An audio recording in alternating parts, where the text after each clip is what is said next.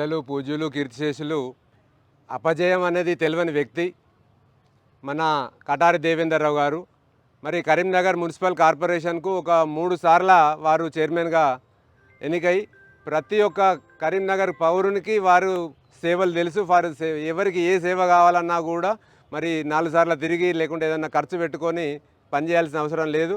మరి అటువంటి వ్యక్తి వారి సేవలు గుర్తించిన శ్రీ చంద్రబాబు నాయుడు గారు ఆ పార్టీలో లేకున్నా కానీ పిలిచి ఒక్కొక్కరు ఎంతో ఆ పార్టీల నుండి ఎన్నో సేవలు చేసినా కానీ రాని ఎమ్మెల్యే టికెట్ను మరి స్వయంగా చంద్రబాబు నాయుడు గారు వారిని ఆహ్వానించి ఎమ్మెల్యే టికెట్ ఇవ్వడము, గెలిపించుకోవడము, అంతే అవకాశం ఇవ్వడము అనేది మన దేవేందర్రావు గారి సేవలకు గుర్తింపుగా భావిస్తూనే ఉన్నాం.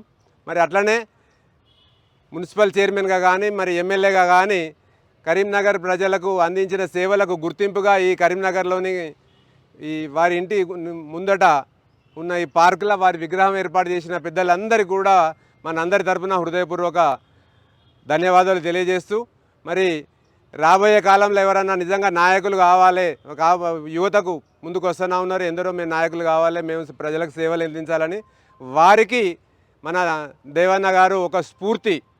వారికి పబ్లిక్లోనే కాదు మరి వెలమ సంఘం ద్వారా కూడా వారు వెలమ కమ్యూనిటీకి పద్మనాయక అసోసియేషన్కి కూడా వారు విశిష్ట సేవలు అందించడం జరిగింది.